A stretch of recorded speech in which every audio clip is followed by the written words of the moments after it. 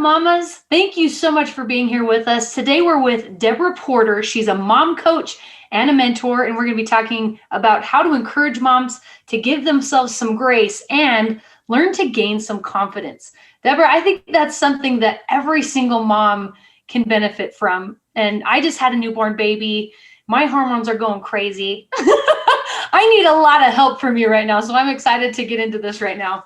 So explain first and foremost, what is a mom coach and what does a mom mentor do? So it's so great to be here with you today. Thank you for having me.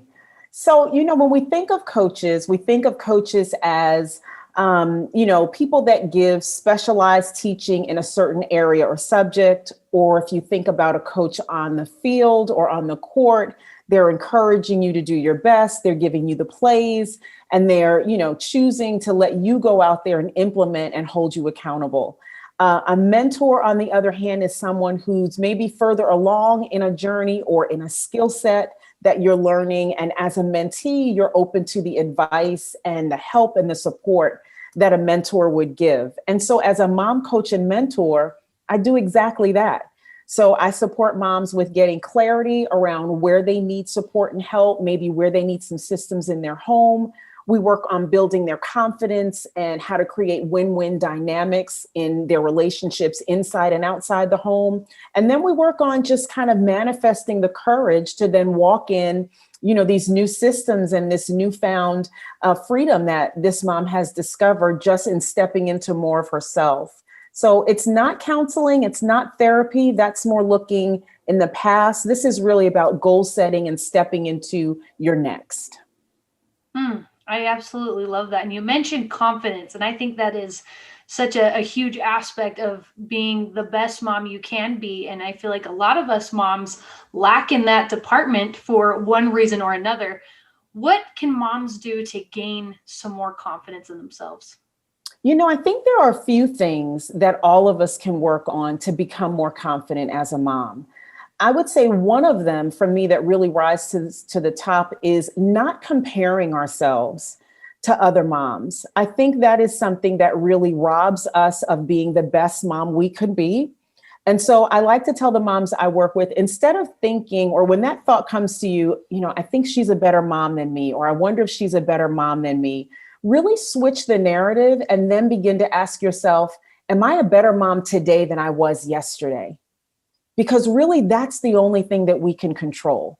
We oftentimes compare ourselves to other moms and other women, and it's never an apples to apples comparison because we're looking at maybe her best day on Instagram and then looking at our worst day maybe in our minds. And so the comparisons are never apples to apples. So they're never true comparisons. They're faulty right from the outset.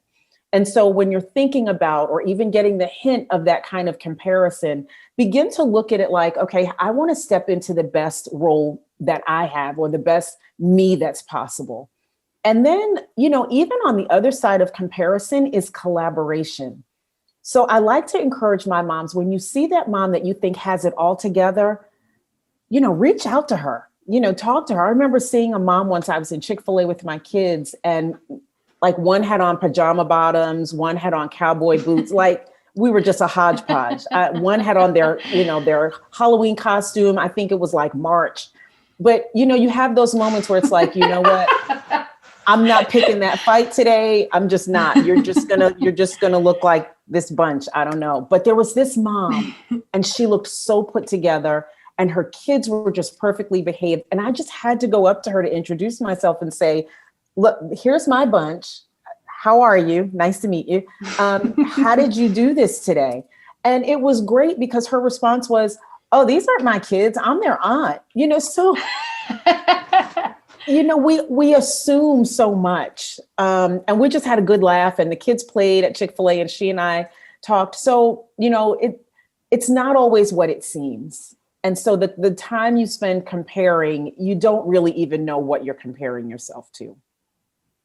I'm sure more times than not, that would happen too. I like the don't compare, but collaborate, because I'm sure the more you go up to moms and say, hey, can you give me some tips on how you did this? It's going to be a response like that lady gave me. I'm actually not their mom, or this is a 1 in a million type thing. And it's just more building that friendship and realizing nobody's perfect and you're not alone. And I think you're right. Social media can give that perception that someone has this perfect life, and is absolutely not true for anybody. So you give some tips and habits of how you can gain more confidence. You gave the first one, and you're going to give a free ebook, I believe, to all of our listeners. The second one is confident moms can say no without explanation or guilt. That can be a very hard thing to do. How do you do that, Deborah? So this is a big one because we want to be liked, right? We want to be perceived as the mom that's willing to be helpful and willing to, pitch in and, willing to help at school or in the neighborhood or with the Girl Scout group, like whatever's going on. But here's the thing, there's only one of us. And so you can end up overcommitting yourselves. Then you're maybe angry or a little resentful, or even worse, you put yourself in a position where you've said yes to so many things that when the opportunities that come your way that you really want and that you've been waiting for or that you need for yourself, because you're so overspent in time, you end up having to say no to the things you should be saying yes to, because you've said yes to some things that you probably should have passed on. And so, with the moms that I work with, really the thing that we work on is saying no and then just letting that no sit. Because a lot of times we'll say, I'm so sorry, I wish I could, but my dog is sick and I broke my foot. Like we have all this whole storyline that goes with it, as opposed to, I'm not available to help you this time. And that's the it. end. No explanation necessary. Or, maybe another mom that could help, or maybe of another mom that's mentioned they'd like to help. But just being able, and it's awkward at first, I'll be really honest, because we want to explain why. We want people to know, well, I'm not just saying no, like I really would, but it's not necessary. It's just not necessary. Letting your no, I'm a Bible girl, so I read my Bible a lot, but letting your no be no and your yes be yes. And being okay to sit in that and sit with that, and then let people be able to understand and begin to receive that from you. The other thing I like to encourage folks is when you are on those committees and when you are, in the trenches and helping in that way, make sure there's always somebody alongside you to pass the baton to. Because there are seasons, right? There's sometimes when it's my season and my time and my turn to help, but we don't want to stay in a spot so long that the next person's season is now interrupted because I don't know when to turn it over to someone else. So saying no is as important for you as it is for the next person whose turn it is and whose season it is to step into that opportunity as well. That's a great way to look at it. I've never thought of it that way. And honestly, it's funny that you said it can be awkward, because as soon as you said, I'm not available, and there was a silence, I was like, oh my gosh, say something else. You gotta do it. It can be very awkward. But I love that. There doesn't have to be an explanation. It can simply be that you don't have the time in the end. I like that a lot. I'm just not available. And it's not that you don't want to, or you wish you could. It's just, I'm not, I'm not available. And I think people respect that. I think when we step to it, because it's honest, it's an honest answer. And it's better to step out in honesty than to really take on something that deep down, I don't know how I'm going to figure out the time to give to this that it needs. So then sometimes we end up giving as much time as we can, but maybe it's not as much time as really what was needed. So it may not even be our best. So then we feel guilty about that. So, really beginning to understand and know yourself, know your boundaries, have your systems in place so that you know where the open places are and how many of those opportunities will fit.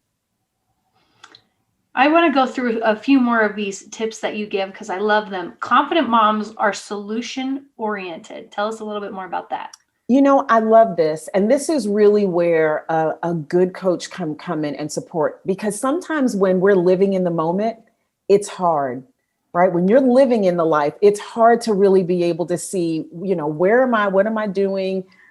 How am I managing what I've got going on? So being solution oriented really is being able to look at something and go, okay, what do I need now? right? So much is going on. There are so many plates spinning. You got stay-at-home moms, working at home moms, depending on where you live, kids may still be virtually learning at home, not to mention still the running of the house that has to happen, right? So there's all this stuff going on. How do I come up with a solution for everything? And so having some systems in place in your home and understanding that there are some things that are yours to do, but there are many things that others can do. We just don't release them for others to do because we think we do it better. So like my linen closet, right? I had a real struggle releasing my linen closet to my kids. Like I wanted my towels folded a certain way, in a certain order. They weren't going to do that. But were the towels clean and folded and in the linen closet? So I just got to the point where I was like, I'm just not going to look in there. I'm just not going to look in it because, I can't do everything. And I've got to begin to prepare them and let them know that this is our home, right? So we all have a role to play. We can all chip in. So being solution oriented is understanding what's yours to do. And how do you then make sure that your family understands that in the running of this home, we all have a part to play. We all have something we can contribute, and releasing people to do that without it having to be done like you do it. I didn't even ask you at the beginning, Deborah, how many kids do you have and how old are they? So I've got 3. They're all adults now. They're all living on their own, paying their own bills, knock on wood. But I have a daughter who's recently married, who will be 30 this year. I have a son who is 26, and I have a son that's 23. So, I've been through every stage of motherhood. I've been, the new mom, I've been the work from home or working mom, the stay-at-home mom, and now, parenting adults and, the empty nest, which is, the next phase for my husband and I. And so we've kind of, early on created these systems around how does it look in our home to have the input and support of everyone so that every time somebody can't find something, they're not calling my name. Because that's really what happens many times. Mm-hmm. Yeah, I love that. You look absolutely fantastic, by the way. As you were saying the ages of your children, I'm like, huh? Oh, you look great. Thank you. All right. Well, your next one is